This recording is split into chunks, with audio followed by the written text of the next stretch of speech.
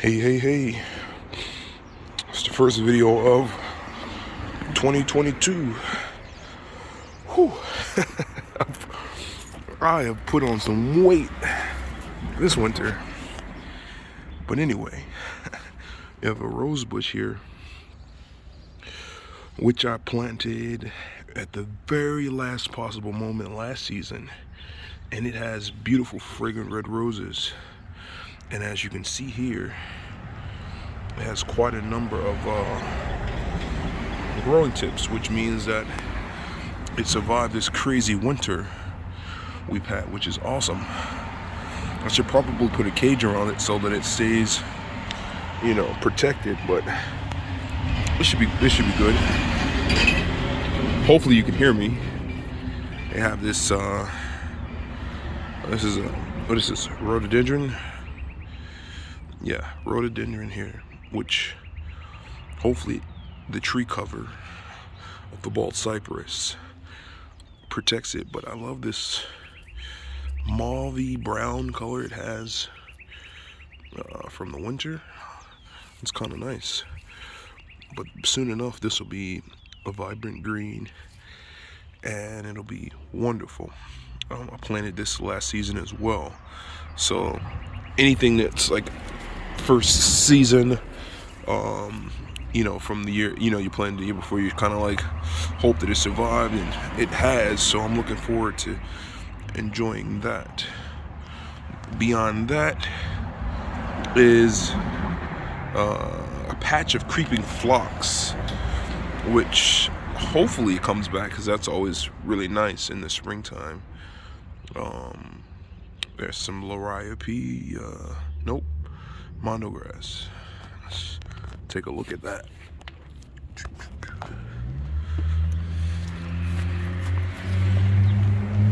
I love mondo grass. Look at these blueberries it has. Zoom in on that. Isn't that cool? It's really nice. And it just, it has these burnt tips from being nipped with a little bit of cold. But other than that, it just these little tufts of grass, which are quite nice. My ground cover, which is a mixture of a pennywort, which is invasive, but for me it doesn't really invade. It just nicely dies back every year, and then it just slowly comes back. But when it comes back, it completely fills in all of the cracks and crevices around here, and it mixes itself with this pennywort, which takes on this yellow and red color, and it becomes like a nice tapestry of the two ground covers, which are great for weed suppression. It's quite nice. There's a mound over here which has some new leaves. This is black-eyed Susan, so that's nice to see that that's going to make it. I also have two large clumps of echinacea which come up right here every year. I'll have this I think this is a heucherella or heuchera or corabelle, one of the many names that it goes by.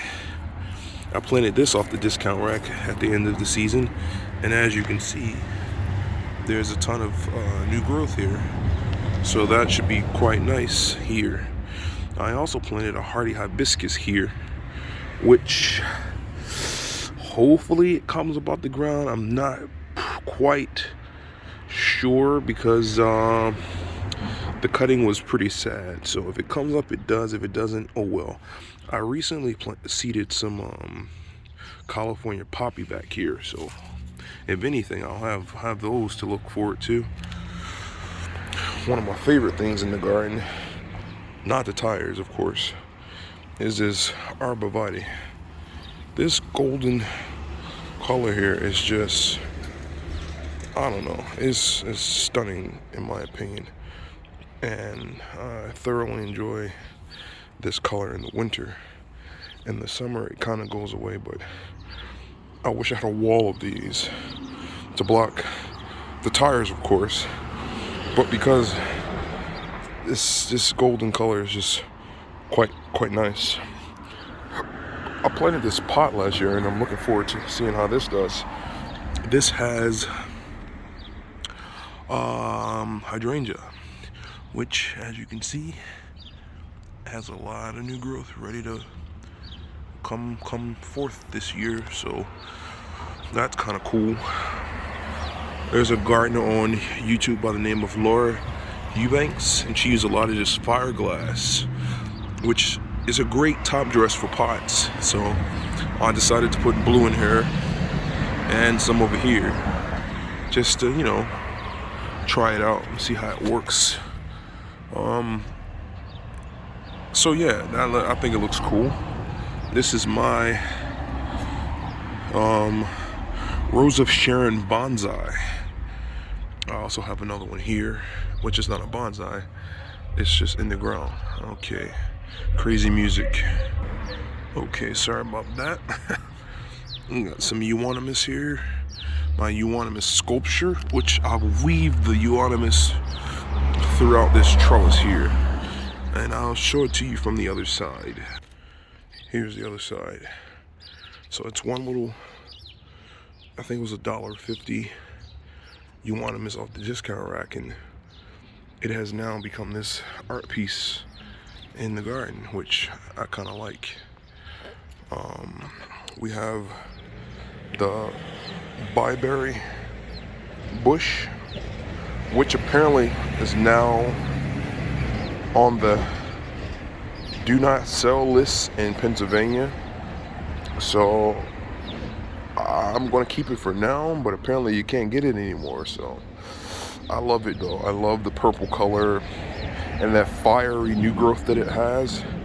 It has like a purple color, and then the new growth has a rosy red color, which is quite nice. There's 2 patches of it here, and I usually cut it back to the ground, but this year I decided to just let it go, so it should be a much bigger statement in the front here. I have these 3 pots of sedum. There's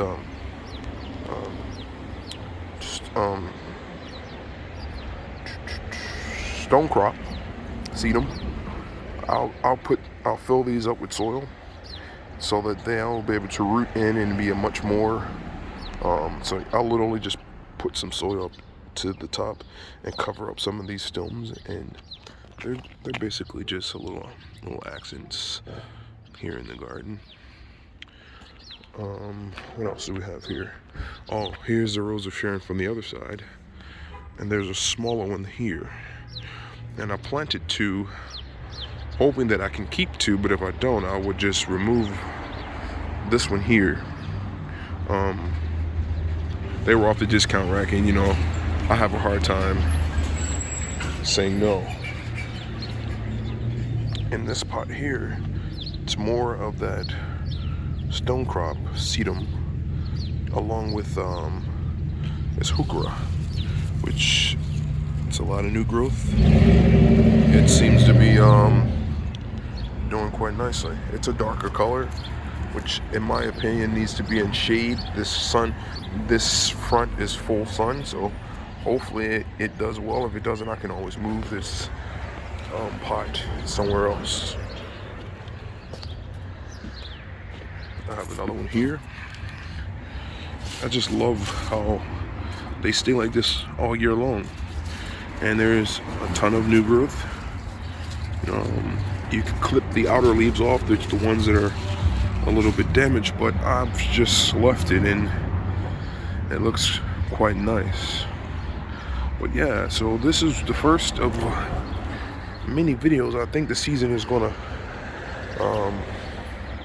just happen all of a sudden, and it's going to be quite nice, and I totally look forward to it. I think this is going to be a really good year, especially for the backyard. For me, I'm going to do some different things. I look forward to sharing that all with you and taking you on the journey. So peace and blessings, and happy growing.